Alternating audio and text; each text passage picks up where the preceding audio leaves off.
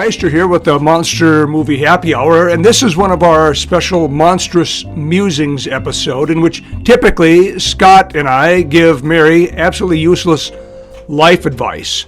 But thankfully this time we have two very special guests, and if you don't know who these two men are, you need to get your life in order.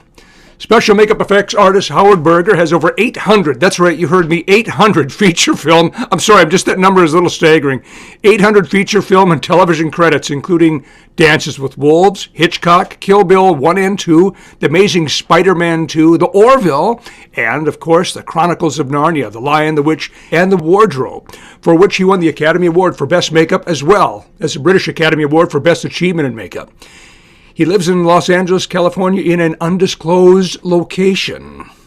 Marshall Julius. I don't know why it's undisclosed, so, but okay. It's just more mysterious that way. Okay. Yeah. Marshall Julius is a film critic, blogger, broadcaster, and author whose books include Vintage Geek from September Publishing 2019 and Action. How's that sound? Action. The action movie A to Z. And that's from Batsford Film Books, 1996. He lives in London, and Marshall met the real Doctor Who as a young lad. And these fine fellows are here to talk about their collaborative effort, a magnificent book entitled Masters of Makeup Effects, A Century of Practical Magic. So welcome aboard, fellas. Thanks for coming to chat with us. Yeah, thank you so much. Thanks for having us. Thank you for saying that Howard has 800 credits and I once met Tom Baker. That's pretty much the sum of our careers. Well, I've got to say, as much as... that was a highlight. I'm not joking. Oh, that's magnificent. As much as I love Howard's work, and I'm not exaggerating in the slightest when I say that, as soon as I realized you'd met, Tom Baker, it's like, damn, now you guys are on a balanced scale next to each other, and that's a little, I think that's fair. That's pretty daunting stuff, yeah. So anyhow, once again, thanks for coming on, and we'll launch into the book, and we just want you to tell us anything you possibly can or want to about it. I know that Scott and I have had a chance to look it over, and it really is magnificent. It's great, and that's just the PDF, so I'm very excited to get the actual book down here on the in the lounge on the wall. So in the dungeon, it has a very good weight to it. It is the sort of thing that belongs on a shelf with your favorite monster and movie books, definitely.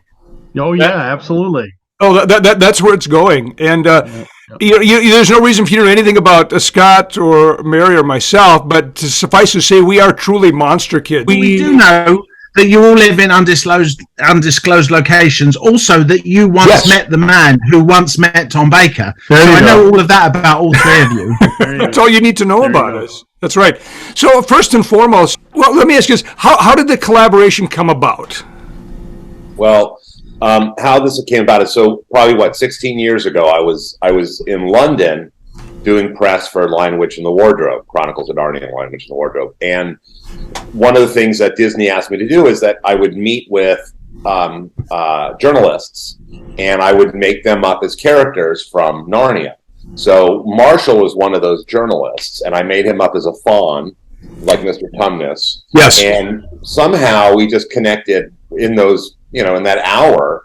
And after that, Marshall and I stayed in touch, and we didn't talk as often as we do now. We literally talk every single day for the past 2 years, which has been really, really wonderful. And wow! But through the course of the 16 years, Marshall has always said, "I'd love to write a book with you. Maybe it could be about this or maybe about this." But I never had the time.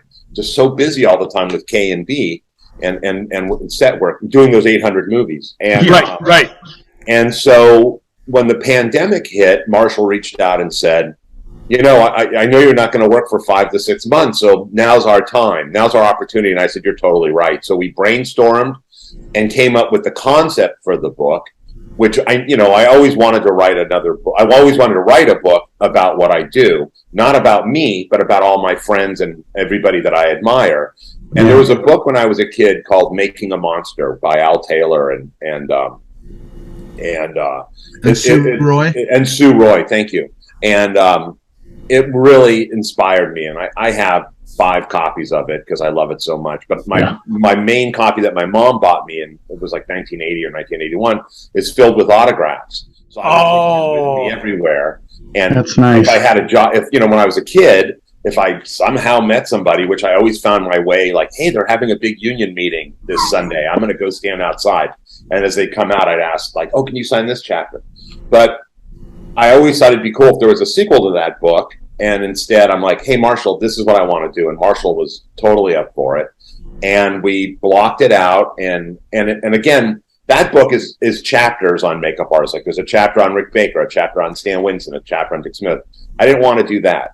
And I wanted to do it so that everybody's interviews spread across the entire book. And so working with Marshall, we came up with this great idea and this great format. And we just started interviewing people before we ever had a deal. I mean, that was a whole nother, getting a publisher is a whole nother world. I'll bet, yeah. Yeah, it makes the writing of the book way easier than trying to get a publisher and have them collaborate with you. So sure.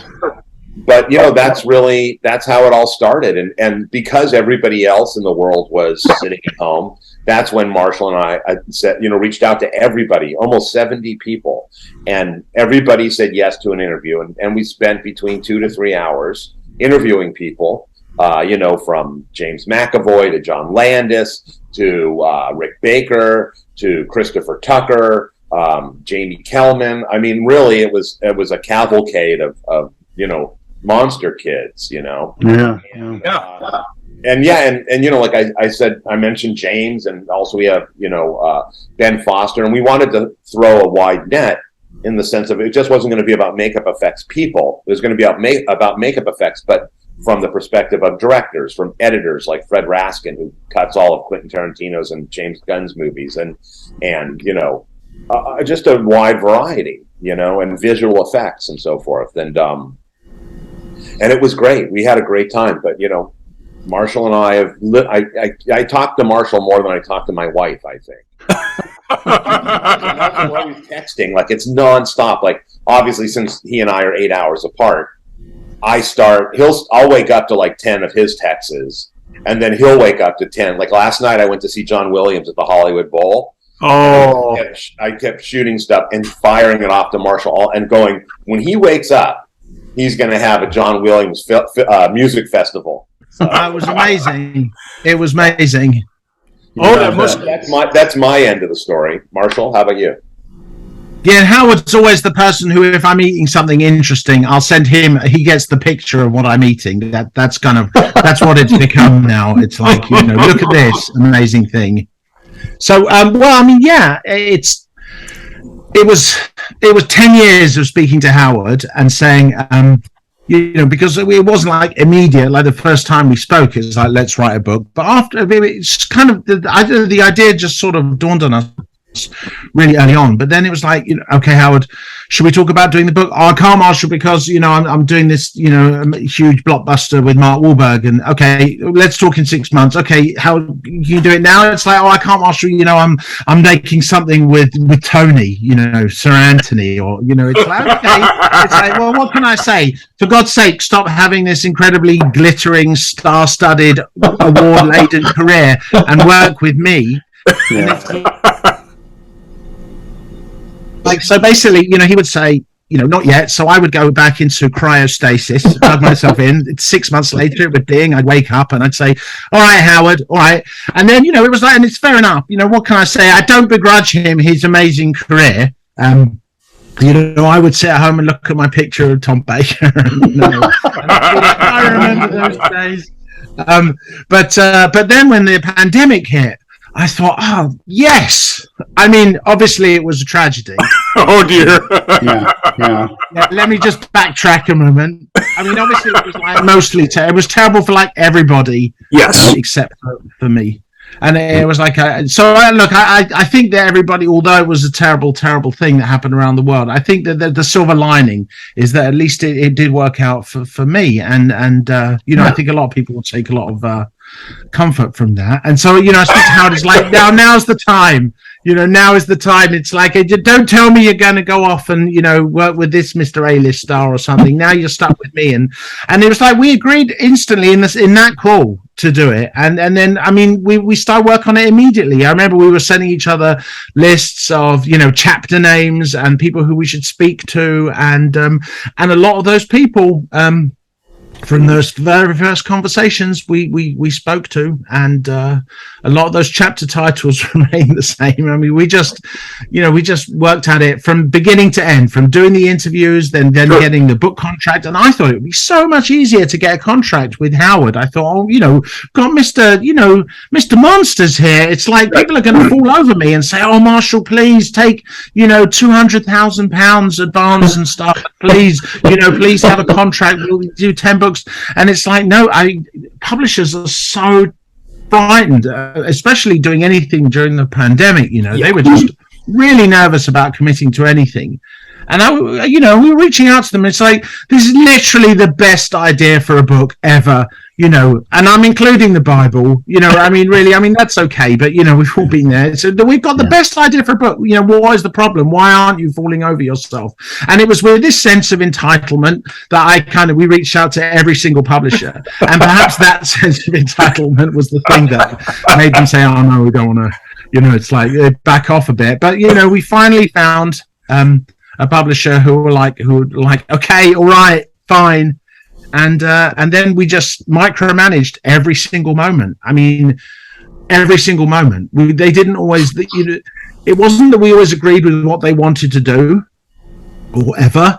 But the important thing was that they let us change everything. They would show us a page that they designed, and we'd be like, "Okay, we'll be back at you." And like 20 minutes later, we'd have had a powwow, and we'd be like, "Well, this is really good, but would you mind turning it the other way around and putting this picture here and getting rid of that picture and doing this picture here and making it, resizing it and putting a cat," like insane micromanaging. And I can't believe they let us do that. But we did. Every page has our fingerprint on it. The whole process from when you found a publisher sounds like, especially with a book that's filled with so many great pictures, it sounds like it would, for a book that's so voluminous, that it would take an endless amount of time, unless they just gave you 100% carte blanche. That you would be constantly doing that sort of thing, going, "Oh, well, let's lay it out this way, not that way." And that's exactly it. I mean, that's exactly it. Like, again, because we're 8 hours apart, I would get up at 4 a.m. before I had to go to work. And Marshall and I would work on, because I'd wake up and there'd be pages from Ross and Russ, who were our editor and designer, and we would brainstorm about it, and then we would cut and paste, literally, like, "Okay, how about this? Because it just, to us, it seemed like common sense. But if you're not from this world, and so I think Russell and Ross certainly got an education in Monsters for sure, because it's not their forte. Like our editor Ross, who we love to death, he comes from the sports world, and he does a lot of sports books. So here he is thrown into this world. And I think he learned a tremendous amount, and now he really appreciates it. I think also the publishing company just felt this was a very niche book, which it is. Everything's a niche book. Everything's niche. Sure. Mathematics, spelling, auto repair. I mean, you can say that about every single book. Sports. So I'm certainly not interested in those things. Yeah, no. But what's interesting is it's like, through the whole course of this, and the publishers really left us alone and let us go. The only thing we actually really battled over was the cover, and like we ended up with this cover, which Russell, our designer, came up with, which we really loved. And this was an idea that Marshall came up with and mocked something up. And then I mocked something up that's very similar to what Marshall's wearing. Here, Marshall, let's see your chest. Which is an amazing artist in London named Graham Humphreys, who we love to death. And, I can see why. Yeah, we reached out to him, and he did this beautiful painting. Wow. And actually, I just got an email from Guillermo del Toro, who said, "I thought that was going to be the cover." And I said, "Well, I couldn't win all the battles." And he's like, "Too bad, it is so classic and beautiful." But I said it's in the book, and it really is that's the art. Like we have made all these T-shirts, which we're going to send you guys T-shirts. And that's the shirt that everybody has been ordering and wanting is that Grant, because I mean that really is a true monster thing. This is a fantastic shirt. Again, Russell did a beautiful job, and I really like it. The cover that we've got is a cover that definitely grabs you across the bookshelf, across the bookshop. Yep. You see it. It's kind of grabs you by the eyes. But this is sort of like the Monster Kids T-shirt, Yep. So yep. We kind of it's got cool. But in the end, we got two fantastic images that we've been pimping out like you wouldn't believe. Yeah. Well, you should. They're both fantastic. But Marshall, I totally understand what you're saying, and obviously Howard's on board for it too. That the one works well as that quick flash image that's going to attract you, and then the other one, of course, is just like you say, it's for the true monster kid at heart, and you really can't go wrong with either, in my opinion. No. I come. Howard took.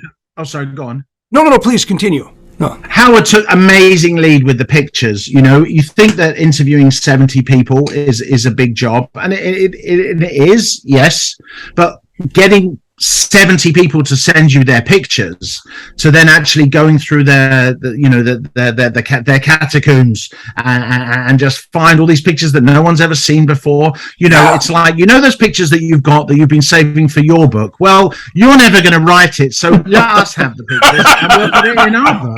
It's like, because it's not easy to write a book. If you can self-publish and it'll look like something you mocked up in a library photocopier, or you can just give it to us and give it the respect it deserves. Okay, now I need to know, did you, was that the tag, was that the pitch you used to get? No. Howard's the diplomatic one. Okay. Howard would translate. Sure. He was amazing. He got pictures from everybody, Yeah. So in the book, there's 1,000 photos, but we collected 4,000. And wow. What's unique about the book is there's nothing out there like this.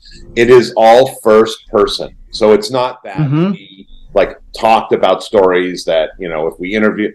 Really, what we did is the process was interview everybody individually. And then we transcribed everything. Marshall went through. We already knew what our chapters were going to be, 15 chapters, and what the context was. So we obviously geared the questions for those chapters. But as you guys know, one answer can bring about 2, 5, 100 new questions. Oh yeah. So really, we set it up as like, hey guys, this is not formal. It's like we're just having dinner. We're just going to bullshit and record it, and and we just talked about a million different things and stuff that's totally unrelated, but it ended up in the book because I'm like, that's a really important thing. And like what Kazuhara speaks about and the way he thinks about doing this is unlike anybody else, and it's such a different take. So that was really important for us that everything is first person. And with that, Marshall then assembled all the quotes we were going to use. We sent them back to the people we interviewed individually, and they proofread and approved everything or added. So Richard Taylor in New Zealand, who owns Weta Workshop, Richard wrote a whole bunch of new stuff because he's like, oh no, I want to add this and this. So it was a combination of making sure what we were putting in the book was 1,000% what they wanted to represent them. And also the fact when the book comes out, we didn't want anybody to go, wait a minute, I never said that.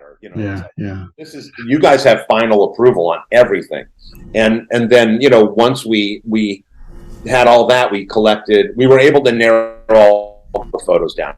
I'm like, just send me what you think is cool. The quotes were going to be. I would then narrow down and go, listen, if you can give me photos from Shawshank Redemption and give me photos from Bombshell or Darkest Hour or whatever, American Werewolf. And that way, it was easier for each artist and each person to narrow stuff down. But yeah, to go through all the photos. And originally, we were going to use way more photos, but the editor's like, "Listen, you got 350 pages. We're going to be close to 1,000 pages if we keep going." And I'm like, "Okay, well." And so Marshall and I had to go through and really. That must have been very difficult. No, it was really difficult because there's. I'm looking. I have all the files, And I looked at it, I'm like, why didn't I use that photo? Damn it. That would probably be one of the most difficult things I would have in your place. It was very difficult. It was, because there's so much beautiful stuff. And I'm sure people are going to go, oh, I wish you would use that photo. I wish that photo. Because there's some great, there's a makeup artist named Greg Nelson, he's retired now, but he's really done so much stuff and really amazing artist. But he started when he was a kid, and he had a photo of himself made up as the Phantom of the Opera that was in Famous Monsters of Filmland when he was 18. Oh. And we couldn't use it. We ended up not using it because it just didn't correlate with what we were doing. But I felt bad because I'm like, that would have been great, in this story or this story. But, you have to like pick and choose, and you do the best you can. And what's nice is now that the book is just about out, but we've gotten copies and given them to certain people. They have really loved the book. And if they didn't, they would say so. Because my two harshest critics, aside from myself, is my business partner, Greg Nicotero, who is very truthful and has a very keen eye. And he loved the book. He was, and I was really excited. I was nervous about giving it to him. But he came back and he's like, this is wonderful. And it's such a different format. Like, I never knew it was going to be spread out, because he thought in his mind, like I had said about making a monster, that it was going to be in chapters about each person, but that's not what I wanted to do. And then of course my biggest critic was my wife, and she had not seen anything in 2 years. And same with Marshall's wife, Ruta, hadn't seen anything.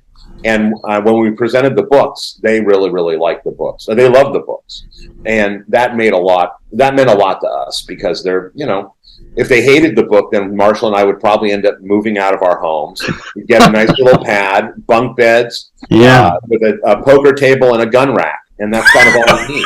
That sounds okay. That sounds like a fun weekend and a anyway. foosball table, and we're ready to go. It'll be like Chandler and Joey from Friends.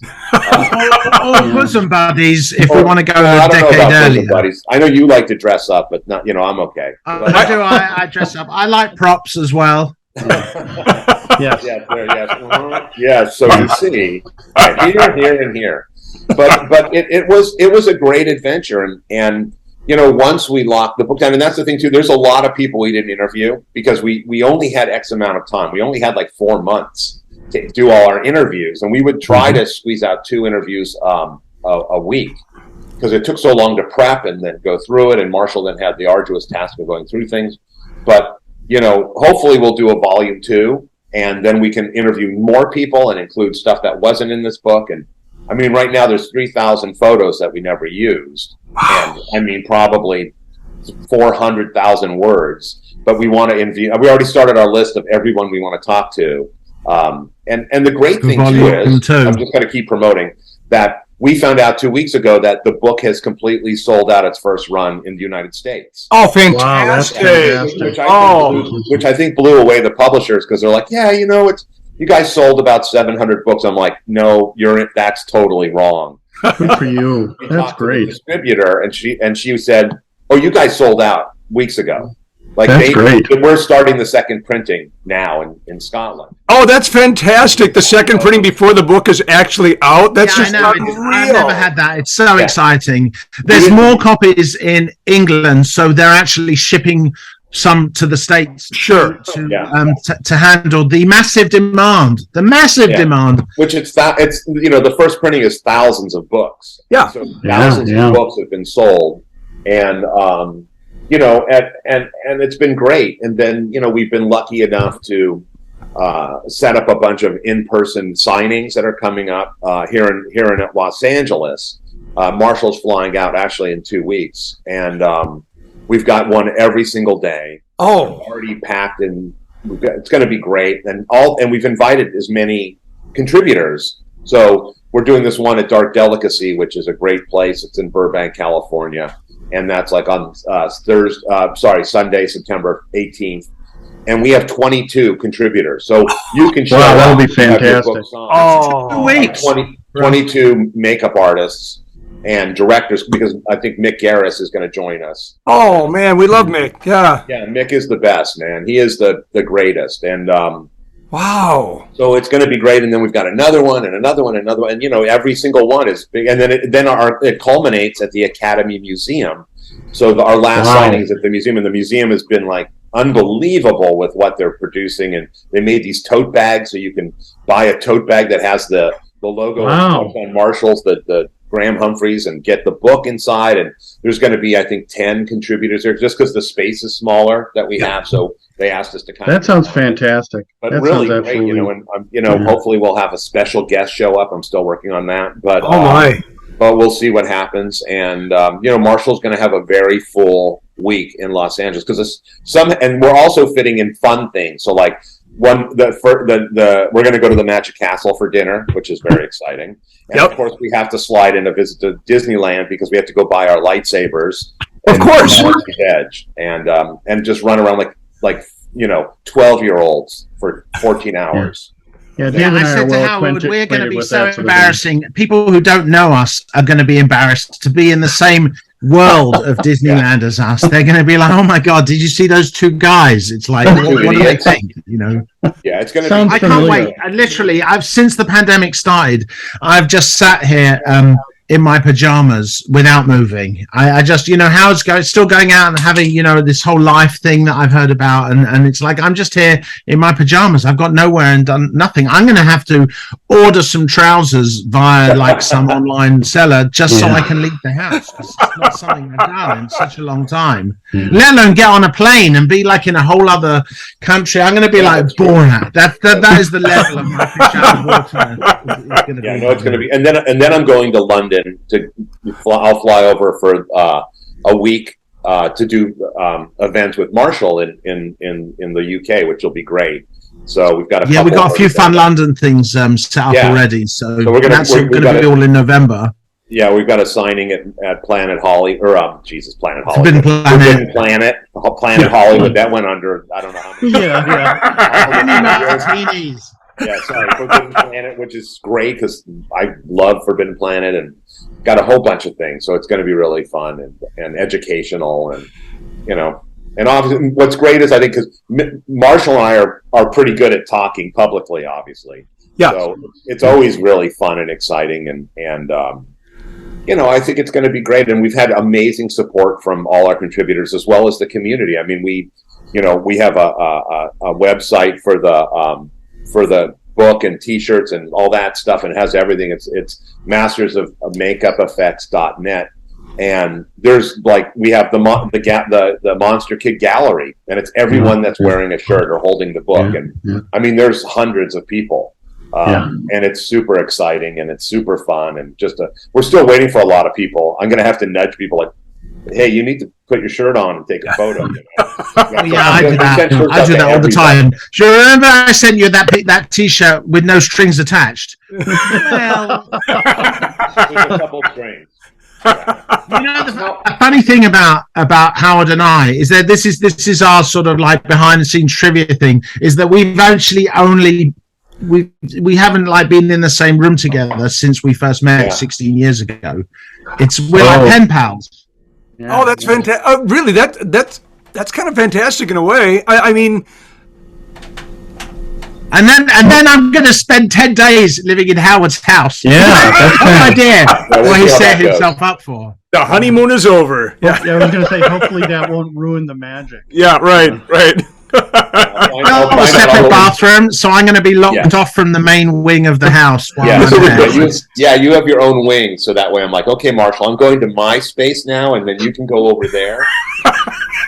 So we've got monkey bars and stuff, and everything, so that I can do my thing at night, and then in the morning we'll rejoin and go and do a signing. I'll make his tea and all that stuff. He'll have his proper tea. It sounds. From my perspective, and I suspect from Scott's perspective too, as Monster Kids, I think I just froze up, didn't I? Did I just freeze up for a moment there? And just went. Yep. Just for a second. It's okay. Hey, I'm just going to blame it on having a stroke. Yeah, well, a little bit of both probably. It sounds like a dream. It really does. I understand that making a book is difficult. I'm a picture book illustrator, so I've got 25 books under my belt. It may speak volumes about how talented I am that I've never actually seen a royalty check, but we can talk about that some other time. It's hard. It's oh, so yeah. hard. Well, you know, and as an illustrator, I know it. well, as an illustrator, you tend to get a larger advance anyhow. And speaking of niche, the idea, you know, children's book with a historical flavor, you know, that's not exactly a big burden. But the point is, so I understand how hard it can be to work on a project. It can take years, and then when you have it in hand, you know, there's this feeling of relief. Oftentimes, a little bit of disappointment that you didn't do something a certain way. And if you're like me, you continually point those flaws out whenever you're at a public event talking about the book. But it just seems to me like, unless I'm misreading this is kind of like gravy. It's like this is the icing on the cake, right? I mean, at this point, because you get to play with it. Oh yeah, I would sooner criticize my children in public than I would this book. This is perfect. This is perfect. I have nothing but good things to say about it. Oh, that's wonderful. That is wonderful. And it's just, having only seen the PDF version on my screen, I am so excited to hold the actual book in hand. It just seems like a wonderful, loving. I'll be disappointed. Oh, I have no doubt. I'm not worried about that at all.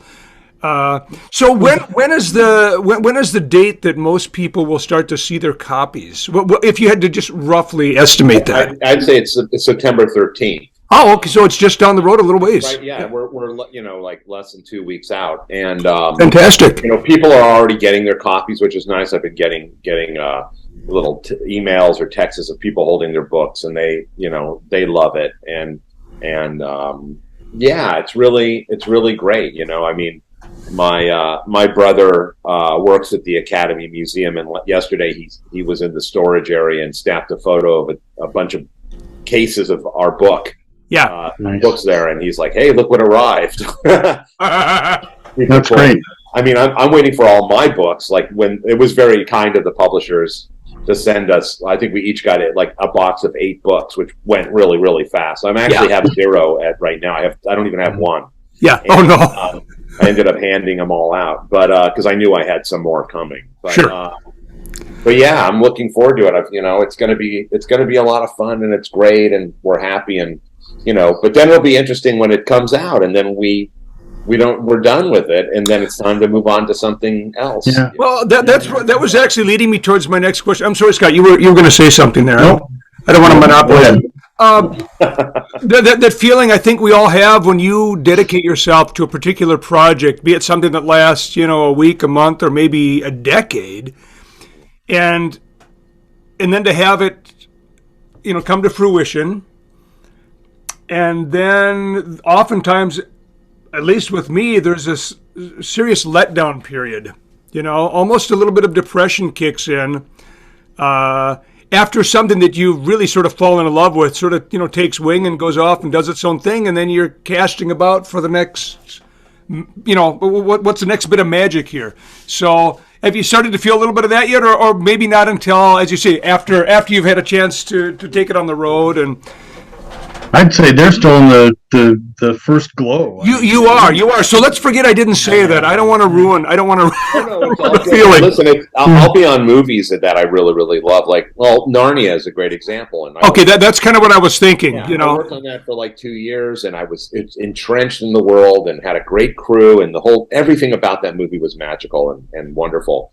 And when it ended, I came home from New Zealand, and I was blue for like 2 weeks. Like, didn't get out of bed. It was Christmas time. I'm like, I'm good. Oh. And I just felt sick, and I didn't feel well. And plus, I think my body was exhausted after 2 years of working on this movie. But yeah, I mean, but I think through the years, and I've been at this rounding 40 years, I think I'm able to bypass it. I'll be like, I miss people, but I'm okay.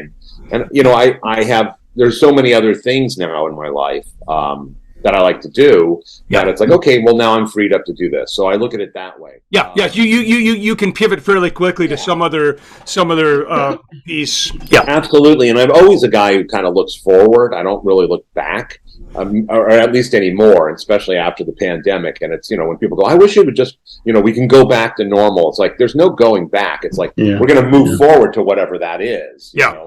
So I think for Marshall and myself, we're now looking forward to what our next project will be. We've got like 2 concepts for books, and we've got a concept for a script. And I think we'll keep working together because, tell you the truth, and listen, my wife says this all the time, says, Marshall is the best collaborator you've ever worked with. Oh, fantastic. He's there 1,000%. He might be even more dedicated than you, if that's possible, and proactive. And it's true. It's like, I've worked with people who have, the first conversation is like, pie in the sky. And then it just like, okay, are you going to be involved or are you not involved? You're going to help me get this through the finish line. Marshall's at the finish line. Day 1, he's at the finish line waiting. Like, okay, so I did all this. We got all this. So it's like I couldn't ask for a better, working partner and creative collaborator. Yeah, he doesn't make you feel like a slacker, does he? No, he doesn't. Well, sometimes I'm like, shit, I really kind of dropped the ball because I only did 4. No, you never do. I think we just encourage each other, and we we keep a level, definitely. Honestly, when I started doing this, having, worked as a journalist and an author for years and years before then, everything is very solitary, and it's fine. I always enjoyed more having written than writing, but this book, working on this book with Howard, is just the best professional, and and we've built such a fantastic friendship, and it's like it's just been the best 2 years. I've loved it, and I haven't even had to get out my pajamas. I mean, it's just been like a win-win situation, Yep. And it's like so for me, when you say do you feel blue about it, it's like since the day we had the first conversation, I haven't stopped working on it just because the book was finished, just because the book is now in my hands. I'm still working on it like every day. We're like, we're speaking to you guys, or we're arranging things and working on the official site. We're doing merch, or we're arranging the trip and stuff. And then after the trip, there'll be the London trip. And we're talking about, like 2 other books and a movie already. So it's like, I'm just looking forward to just doing more and creating the next thing. And it's just I'm just having the best time, honestly, just the best time. And then spending a day at Disneyland, getting my expensive Darth Vader lightsaber. That's just going to be the best day ever. That's going to be like, this is your reward. It'll be like, have I died and gone to heaven? Like, I mean, that's really one of our biggest conflicts, is because I want the Darth Vader lightsaber as well. So I don't know how it plays if we both have them. Yeah. Well, maybe you should each get 2. Well, that was the other option, because I said to my wife, I like the Luke Skywalker and I like the Darth Vader, and she said, well, which one are you going to get? And I said, yes. And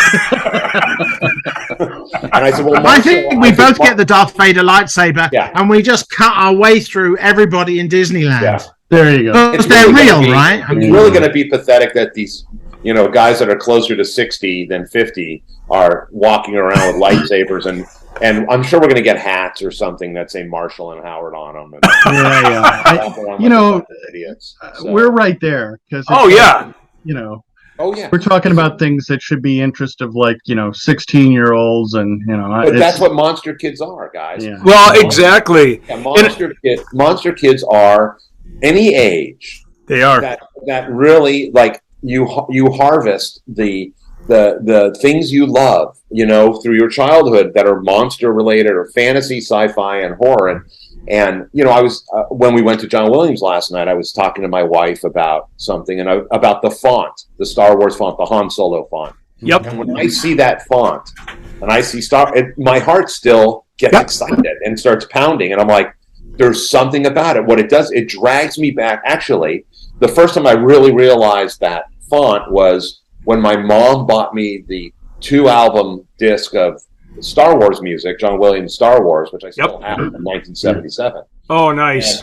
And that was it. And I'm like, I can't have enough Star Wars shit in my house, and never stop loving it because it's in your blood. I think that's the problem now with like the next generation. They don't quite understand that it's beyond you. It's almost like, I always liken it like Close Encounters. Like, I have to go to Devil's Tower, Wyoming for some reason. I have to. Same thing. I mean, I think, I'm 58 years old, but I have the brain of a 12-year-old, and which is when I saw Star Wars when I was 12 years old. And, you know what? We're the exact same age, and that tracks with my experience perfectly. you know. It's crazy, and you're obsessed with monsters. I love it. I love, somebody brought in a Creature from the Black Lagoon model that Sideshow Toys did the other day, and I was like, oh my God, it's amazing. And I'm friends with Rico Browning's son, Rico Browning Jr. I just call him son. I always just call him Son of Creature. Son of Creature, look at this. So I took photos of it and I sent it. And I said, show your dad, see what he thinks. And but it's just like and Greg Nicotero, who's my co-partner at KNB EFX Group. He's the same. I mean, he's insane because he has tons more money than me. So he can buy whatever the shit he wants. It has 2 giant homes and everything. But it's like it's amazing, and we go through it. And he gets so excited. He's like, "Look, I can." So Marshall, he got that guanji that you got, and he brought it. Oh yeah. We have to take this and this. Look how great this is, And I was like, "Yeah, it looks great." And then he's like, "Yeah, but the eyes are weird." No, that sounds like the same sorts of discussions. Let's do a 1-to-1 scale. I want a full size one. That's also the great thing about being a makeup effects guy, is it's like we're making the toys we always wanted. Like Greg and I have this dream of doing a 1-to-1 full size scale of all the Aurora monster model kits. Oh my God, that would be awesome! Yeah. Oh, which actually at Monster Palooza this year, a good friend of mine, Ted Haynes, did the Frank. Yes. Yeah, we've seen some of his. Yeah, we just drooled over all those images. That was fantastic. Teddy did a great job. Yeah, we want to do it, and eventually we'll basically scan them all and then output them full size, and we'll have, we'll mold them, and then we'll have full Auroras. I don't know where the hell they're going to go. But, You can have one can go here. Oh, hey, there's plenty of room down here in the Deep Dark Lounge. I'm just saying. Yeah. We can put the fans. You know what was when we interviewed Greg for the book. He was doing it in a room where he had a few really cool collectibles, but it was quite sparse relatively to the rest of his house. And he said to me, I'll show you around, after the interview. And so we chatted for like 2 hours, and it's sort of winding down. And I'm like, Greg, can we have that tour, please? And so he took his computer all the way around his house, and in his swimming pool. Was it submerged, Howard? He had the creature in the swimming pool? No, it's on the side. It was on the side. You said that he actually put it in and did some photos with it once, though, in the pool, right? Oh, yeah. And, he did put it. Listen, we've done crazy. We took a shark, just a fiberglass shark he had. As one does. Yeah, we put that in the pool. It was hard getting it out. And that was at his parents' house when we were on Day of the Dead. Had like a fiberglass taxiderm shark on the wall, and Greg and I are like, let's take it off and put it in the pool. And then we're like, shit, it thing's filled with water. We can't get it out of the pool. Oh, no. That's fabulous. Yeah. One of the great kind of joys of working on this book was that all the makeup guys and girls are all monster kids. I mean, for the most part, not every single person. Monsters was not for everybody's sort of gateway drug into getting into the industry, but like 90% it was, 95% it was. And the thing about Monster Kids is that first and foremost, they're fans, and that never goes away. Even if you're in the industry, you're still a fan. So like when Howard and I kind of first met, it wasn't like, I am Oscar winner, and I'm Mr. Fan. It's like we're just both huge monster nerds and movie nerds, and we love Star Wars and the Universal and the Hammer, and it's just sort of natural, and doing this book was like that. That's writing fabulous. This book was just like having 50, 60, 70 conversations with other monster kids, the movie nerds. Everybody's just so excited about not only what they do, but what other people do, all the things that came before, talking about movies. It's just so much enthusiasm for everything. And I was just going to say, all that so enthusiasm from both you guys and then the people you're interviewing, that must just be really invigorating. It's such a positive, all the way around positive experience that I can't even imagine. Well, I mean, that was exactly. That was part of it. I mean, when we pitched it to everybody, it's not a book about like telling secrets or stories or it's a very positive book, and it's about lifting one another up in our community, which is very important. And hopefully, this will be a teaching aid as well, an educational aid to the future generations, seeing how everybody works together and how everybody's, everybody we interviewed, I'm friends with, and some people I've known for 10 years, some people I've known for 40 years. And I learned something new about every single person. And it was just really great, a great experience. And it was great for all of us. I think also for the people we interviewed, it was a reconnection during the pandemic that, so many people, obviously, we all stayed in our homes and didn't do anything. I mean, we did stuff, but we didn't communicate or have contact. And this was really a great way to do it. And it was just very light and easy and super fun. And yeah, it's all about positivity, because that's what it's about, and our love for monsters. And ultimately, that's what it comes down to, monsters in movies. And it's why I do this. It's what I was raised on. My dad was a post-production sound editor, and I had massive amount of exposure to movies, and especially once he realized I was into horror movies when I was a little kid. That was it. And it's like, okay, I'm going to inundate you with horror films, but we're going to watch other movies. So I love movies. I'm a cinephile, and I know everything. And, and it's just like, and so is Marshall. Marshall's a complete cinephile.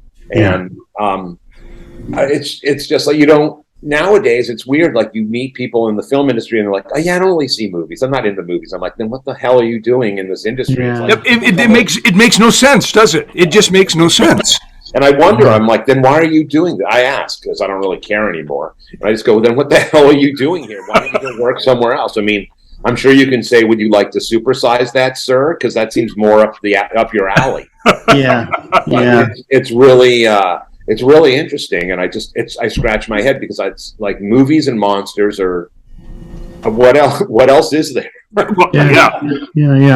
I mean, my whole life I was obsessed with them, and I still am. And I mean, you look at Rick Baker. You go to Rick Baker's Instagram, and Rick is 70, going to be 72 years old this year, and all he does is make monsters. I mean, I know. Well, it's not like he just makes monsters all day long. He's got a magnificent wife and wonderful daughters, and it does a million other things. But he still loves monsters at this age. We all do, and we interviewed people that have been at this, who are retired now. Like Carl Fullerton and Rick Baker and so many others, and Greg Nelson, and their love for all this still shines through. It's like they're still obsessed with it all. Yeah. It's fantastic. Really the book is really more or less a love letter to all that. It's really great. It's a great piece of work. Thank you so much. That's very kind. We wanted you're welcome. That's what we wanted. It really, in reading it, that I would say that really comes through. That it's like that's exactly what it is. So well, thanks. It's a really nice piece of work. And there's people that aren't with us anymore that we wanted represented in the book, like Dick Smith. So many people just not randomly, but who spoke about Dick without being prompted. And Matt Winston, who is the son of Stan Winston, and Stan was very, very dear to me and so influential in my career and the childhood. And I really wanted to include as much of Stan as I did, and Matt and his family, his mom Karen and his sister Debbie, let me have access to photos that have never been seen of Stan in his younger years. So in the book, there's photos of makeup Stan did when he was in college. And they're cool, That early stuff, especially for well-known people, to see the stuff that they were doing before they were well-known is really great. Absolutely, and it's like Stan would love makeup and monsters when he was young, and we all know Rick Baker, was bitten by the bug when he was probably a month old. Exactly. He started sculpting at 2 months, and probably. But for Matt Winston and the Winston family to give us that access to me and continues to mean to me.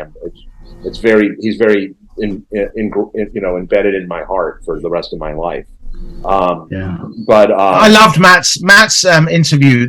Was one of my. I mean, I loved them all, but Matt's talking about his dad was one of my favorites. I never got to meet Stan Winston, but I really felt like through talking to his son, I really got. Apart from the fact that they really look very similar. Oh, really? Howard. I mean, they have, but he's the stories are just wonderful, and so you're hearing about these hilarious stories of his dad just sort of tormenting Matt, like putting on a werewolf makeup and stalking him around the house, and just being outside the house and just popping up at the window where he's doing homework, just to mess with him, and it's like, why? Because and in the story he says he went to his mom and he said, "Mom, please," and she's like, your dad, you can't. Well, don't come to me. It's like, I can't stop him, Yeah, and Stan, and I worked for Stan for a number of years, and it was like he's a very playful guy, and I remember we all went out to lunch. He invited us to lunch one day at this place across the street from where the studio was in Northridge, and one of my friends, Everett Burrell, who's now a big VFX guy, he masterminds all the stuff on Umbrella Academy. And we were roommates when we were 17 years old together. And we were eating, and Everett goes, "Stan, how old are you?" And Stan just got quiet and said, "Howard, scoot out." And I scooted out. Stan went and sat next to Everett, and he said, and then he just looked at Everett's food and just put his hands and squished all his food together and then wiped his hands off. And then he's like, "Howard, scoot out." He sat next to me and he went, "Hey, Everett, what was your question again?" And Everett just went, "Nothing. No, I didn't say anything." And then just to add the talking, wrapping the whole book thing up is that, and then we got Guillermo del Toro and Seth MacFarlane to write the forward as an afterward. So, Marshall and I talked about it. And it's like, who are we going to get? It could be this. And I'm like, I'm just going to reach out to Guillermo. And I reached out to Guillermo, and he was, he was shooting in Toronto. And I said, I'm doing this book, and if you could write the foreword, that would be amazing. And he wrote back immediately like, "Absolutely, I must be in the book." And then I had just finished Orville season 3. Yep. And, I called Seth and I said, "Seth, is there a way?" And he's like, "Absolutely, of course, I'll do it in a second." And it was interesting. It was really important for Seth to do. He kept saying like, "I don't want to screw it up, so I want to do a really good job for you." And I'm like, "Seth, you're a genius. You're going to be great." And he wrote this beautiful afterword, and he kept calling me. He's like, "If it's not good, you can throw it out and get somebody else." And I'm like, "Seth, it's magnificent," And then with Guillermo, he sent us his forward, and then he kept sending revisions all day long. Like, "No, use this. No, this is better. Use this. No, use this." And it wasn't just like, "Oh, I'll just get this done and give it to Howard," or whatever. They both knew it was going to be something very prominent. And I appreciate their friendship. I mean, that's the biggest thing. It's like, that's a big ask. Like, Guillermo del Toro and Seth MacFarlane, who are, they're so busy. And I always feel awkward. I don't like asking people for favors or anything like that. I'm usually the guy that gets asked favors. Like, "Hey, Howard, can you do me a favor? Can you do me a favor?" I'm like, "Sure." And I'm good with it. But I was like, fuck, I hope this works out okay. So, and it did. I didn't want to bother either of them. I tried not to push it. We were getting really close to the deadline with Guillermo, and he's, and I'm like, I just don't want to make Guillermo mad. Like, go, "Hey, Guillermo, I just want to let you know we got to publish this in 2 months or 2 weeks." He's like, "Fine, I'll write it. Okay, get off my get." But it was so great. He's so wonderful. I love Guillermo and I love Seth. Seth has been such a champion because I did the 3 seasons of Orville with him, and he just gave us carte blanche. And also because he's an artist. If there was ever any question, like, what exactly are you thinking? He would just draw it on a piece of paper and go, "This is what I'm thinking." Nice. Okay. And then we take that and make it, gigantic. But it's like, and I saved all his little drawings on paper plates and napkins and, legal pads. And I'm like, these are great, But yeah, we were so lucky with the muscle we ended up getting, with Guillermo and Seth, and then every single person in this book who I love and cherish and am grateful for. Now I'm going to owe a whole bunch of favors to everybody. Yeah. Good luck with that. All the favors I accumulated for the last 40 years were all spent. Yep. And now I have to reaccumulate, or they can ask me shit. So it's a pretty impressive accomplishment. The book is, because you've got all of these artists in there, and the fact that you were able to interview them or talk to somebody really close to them in such a relatively short time. Yeah. I mean, it's a really, it's just an impressive accomplishment because, most of these artists are certainly worthy of a book in and of themselves. True. So to get that all into a comprehensive book, like I say, that's pretty impressive work. Well, there are two reasons that we got that, and the first is that the pandemic again.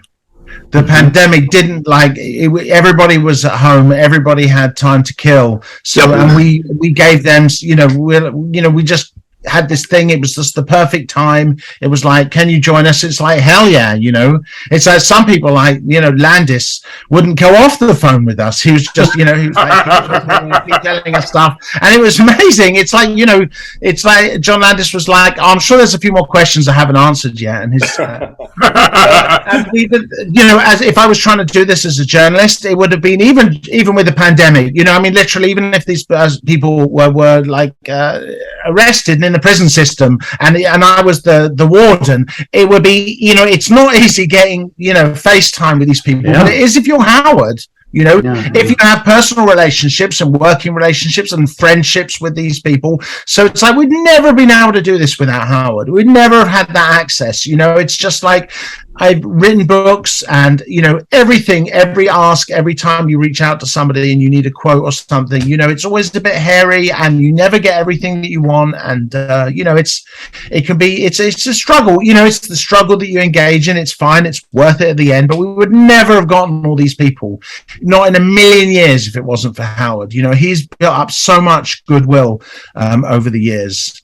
And, I know, Howard, you say that you owe people favors, but I think that, you've done a lot for people over the years and never asked for anything in return. So let's definitely keep asking them for favors, post pictures. Let's just keep it going a little while longer, and then we can feel bad about it. The list for volume 2 is big already. So yes, there's a lot of favors. So yes, I'm very excited to hear that Volume 2 is very much in your wheelhouse right now. So absolutely. So we're looking forward to that, guys. I wish we could continue this all day.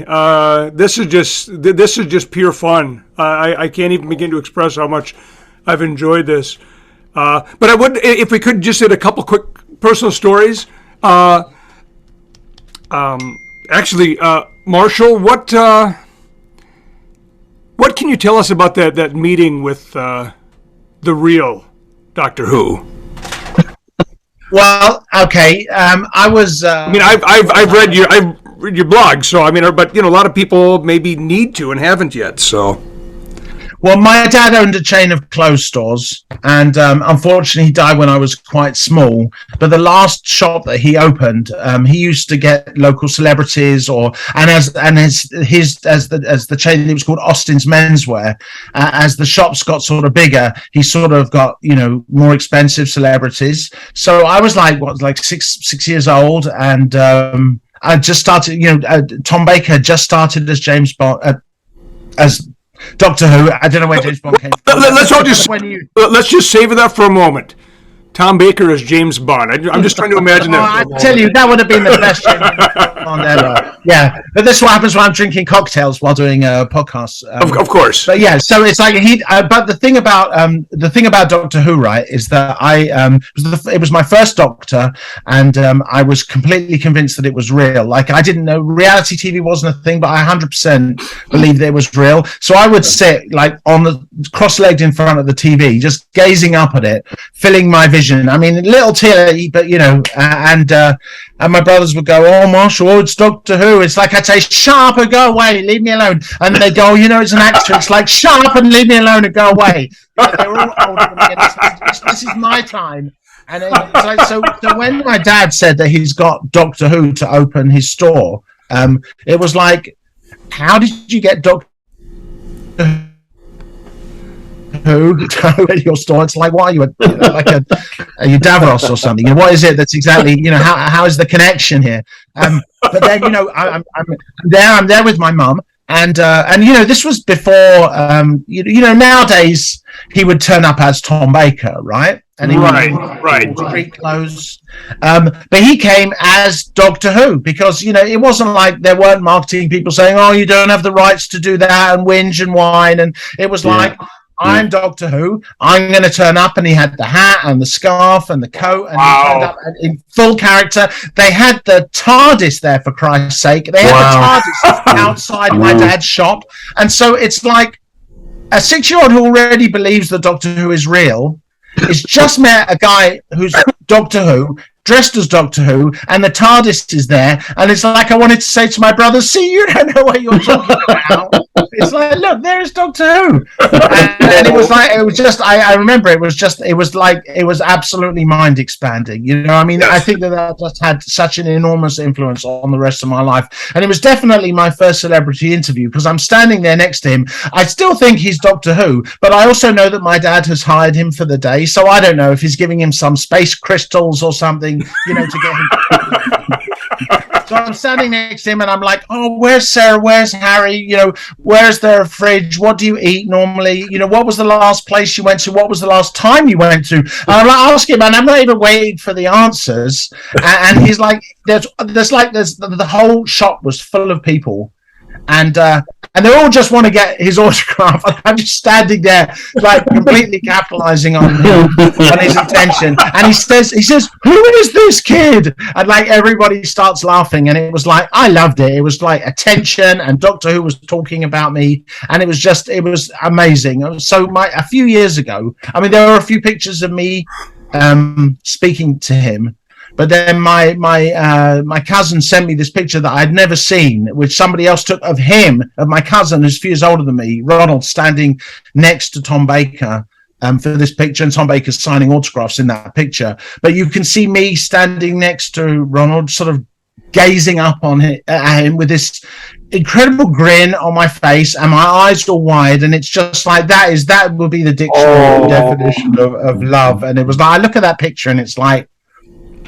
And honestly, I haven't changed a bit. Apart from my hair, I still believe that everything is real. And even after writing this book, I still believe that everything is real. Sure. I know that Howard says it's makeup and blah, blah, but I think it's all real. I think Howard has to say that, I mean, Yeah, exactly. He has to say it because, of course, they don't really want to give away the tricks of the trade. And so that's why we didn't make it a how-to, because it's not really, they talk all about all these different materials. It's just magic. It's just magic. Yeah. It's right there in the title, too. In 3 words or less, that is my Tom Baker story. Yeah, that was fantastic. You don't ever reveal the magic trick. No. Okay. Yes. Howard,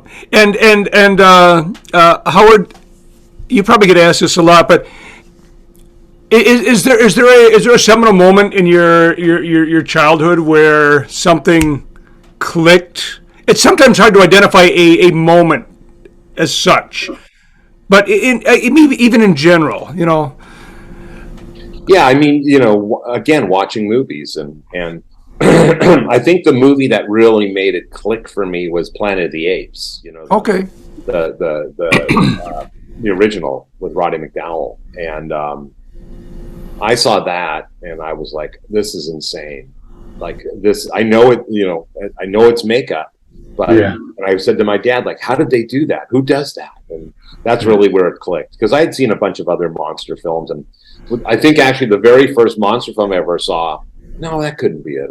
Well, one of the first that really got my brain ticking also was the two-headed transplant with Ray Milland and Rosie Greer. Oh, yes. Yeah, and in the beginning, there's a two-headed gorilla that Rick Baker made when he was probably 19. Yeah. And he played the gorilla, too, and I was like, that is bloody cool. And but it just kept running. I just kept asking my dad questions upon questions. It was nonstop, and he really, really fed my mind with it. And I remember I had seen Dr. Phibes rises again, and it scared the hell out of me. And there's one specific image where there's like a sandstorm, and the sand blows away, and it reveals like a corpse. In a car. Yeah, and it's just I was like freaked out. So I would have nightmares all the time. And I remember, I was probably 5 years old, And I remember my mom running in and yelling at me. And she's like, "You're never going to see another horror film as long as you live." That didn't work out so well. No. Yeah. And she was so mad at my dad for showing me all these horror films, and because they really, really resonated in my brain and my heart. And then I'd say, when I saw Star Wars, I mean, all bets were off, because aside from all the cool creature stuff, I wanted to work on movies that made me feel that way, the way when I watched Star Wars, which I still have the feeling. I can watch Star Wars 100 times. I just, a couple months ago or 2 months ago at the Academy Museum, they had a screening of an actual 1977 70mm print. And it was beautiful. Oh, it was untouched by, George Lucas. Yeah. Sure. So it wasn't the horribleness of the digital add-ons. And, and I just, it was like I was a kid again. I was 12 years old sitting in the Mann's Chinese Theater. Sounds magical. Yeah, it was amazing. And I mean, that's it. It's like, and it's just one thing after another, after another, after another, that I keep being inspired. My friends, are posting things that they're doing now, like Barry Gower, who did this last season of Stranger Things and is now on to the season 2 of Lord of the Rings. I mean, he's amazing. And I just look at everything and I'm so inspired. Or my buddy Billy Corso or Joel Harlow, or it just goes on and on and on. And I think that's what keeps feeding me, is seeing how everyone I know, how influential their work continues to be, because they just keep striving for design and execution, and they all love it. I don't know anyone who is in my generation who isn't a complete monster fanatic, and it's just part of it, and listen, I give a lot of credit to our wives who are married to us and tolerate our craziness. As you can see, Marshall has some sort of mental illness going on behind him. And I mean, that's a room in a house that his wife is tolerant of. And I'm the same way. My wife, Miriam, is extremely tolerant of, what I like to talk about, which is monsters. And, I have my office that's not nearly as filled as Marshall's, but it's pretty crazy and tons of cool stuff. And, I can't own enough Star Wars helmets. I sent Marshall a photo of the new one I bought the other day. And there's another one coming, Marshall. It should be here before you get here. Oh, really? We're going to wear them all. We're going to record videos of us with the Damn right. Hell yes. That sounds fantastic. Yeah, that's great. So, yeah. I have a really big head, but it does fit in those masks, but not with my glasses. So I am completely blind in the mask. I'll just warn you, but that has never stopped me. Yeah, we'll just have a man wearing. I won't let you walk around in the Stormtrooper helmet. You can just stand in the room, so that way there's no damage to any of the helmets that I have in my office. But if you put me in a Stormtrooper helmet and put me outside, I'll bump into everything and I'll just be like a real Stormtrooper. I won't be able to hit anything. But it is funny that somehow, like I feel like we're all of the same genetics. We all of us have always said if we all grew up on the same street, it would have been the greatest adventure and childhood and have the best Halloween. Oh my God! Could you imagine? Oh my God! It'd be crazy. But now we were lucky enough to find women who are relatively of the same gene, who tolerate this infantile behavior and adolescent mentality, and it's wonderful. And they know there's nothing they can do about it. No. As I said, like from Airplane, they bought their plane tickets. I say, let them crash. Yeah. So, it's just like, it's like, what am I going to do? It's like, I'm not going to stop loving monsters. I'm not going to stop wearing a monster shirt, when I go out to dinner. What's wrong with the Creature in the Black Lagoon t-shirt at, Spago's? But it's great. And we're very lucky. Marshall and I are very lucky to have wives who one, gave up, 2 years of not seeing us, because Marshall and I were on Zoom for 2 years. And that they, they're all good with it, But is they both have confined our obsession to rooms. Like, I don't have anything in the house, and you can't walk through the house and be like, oh, Howard must be a monster maker, except for my giant one sheet or giant gave me, which I'm like, that's hanging up in the dining room. I'm sorry, that's no discussion. And that's one of Dave's favorite movies. That's my favorite Ray Harryhausen movie. Oh, we're talking about Guanji, right? Yeah. Oh God, yes. That's the one. That's the one that did it for me as a kid. I saw it at a drive-in. My aunt took me to a drive-in when I was 6 or 7. I think Guanji had maybe already been out for a year or two at that point, but it made the rounds here outside of the Twin Cities, and I just fell in love. And you talk about that feeling you get seeing, the Star Wars, the logo or the font. Whenever I see Guanji, especially if there's that slight bluish cast to the skin, I am there. I'm just seriously. I can feel it as I'm saying it. I can feel it in my chest. You know what I mean? That's great. That's it's real. If I tell you then that I interviewed him when I interviewed Ray Harryhausen when I was 19, will you burst into tears? Because I'll tell you that. Yeah, probably. Yeah, I cry easily. But that was like up there with Tom Baker, honestly. And I felt like a 6-year-old inside. I didn't know that he lived in London. I mean, that freaked me out. When I found out that I had the opportunity to do an interview, I thought it was going to be a phoner or something. But they're like, no, he lives, just jump on the train, go to, it's like near Knightsbridge or, and it's like Kensington. Yeah. And it's like he just lives right here. So I'm in his house and up in his sort of den, and he's got toys everywhere, but he built them all. And they're all from, Guanji and Clash of the Titans and stuff, and it's like, and there's stuff from King Kong and it was like I'm like really desperately trying to stay present. Yeah. And enjoy the moment for what it is, but at the same time in my head I'm going woo.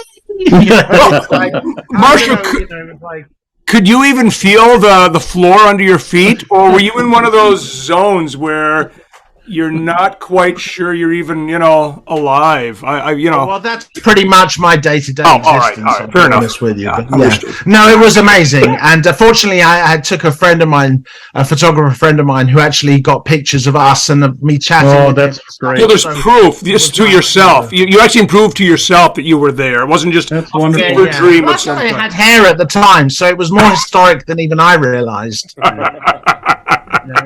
But it's like I've been very lucky that I've got to meet, because I was always just been a professional fan. That was sort of seemed to be my sort of my place, and I've been very lucky that I've had the chance to do that. And working on this book, see how I just brought it back to the book. That was just like. My God, talking about American Werewolf in London with Rick Baker and John Landis. I mean, for God's sake, does it get any better than that? No. I tell you, it actually doesn't. Talking about Dawn of the Dead with Tom Savini. I mean, get out of here. It's like, what are you talking about? It's like, how do I get to do this? And as I said, I'm still sitting in my pajamas. I am now. I've got this T-shirt on, but I'm not going to show you the rest. It's okay. Well, gentlemen, that is probably as good a point as ever to wrap this up, because we can horrible bombshell. Oh no, that's wonderful. No. If I could keep you both just a moment after we sign off here, and then we'll let you get back to your real lives. But well, I don't know, Scott. What do we even say? This has just been fantastic. There's not enough. I mean, we could talk for 4 or 5 hours, because you guys have had wonderful experiences, and the book, as I said, I can't say enough positive about it. It's just beautiful to look at, and it's well written, and it's just it's really great. You've done a really good piece of work. Oh yeah, Thank you so much. And it shows. I mean, it's not some sort of throwaway or mechanical. God no, just churned out stuff. It's great. We'll make it a point of when this video and the audio comes out, we'll make it a point of adding some contact information, and we'll just stay on top of this as long as we can, because we want people to check out the book. It's simply magnificent. Hey, does anybody have anything left in their cups or glasses?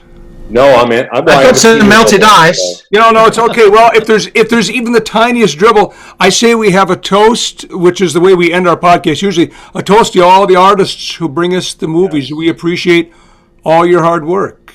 So, cheers. Cheers, guys. Cheers. Cheers. Be well, everybody. Bye, everyone.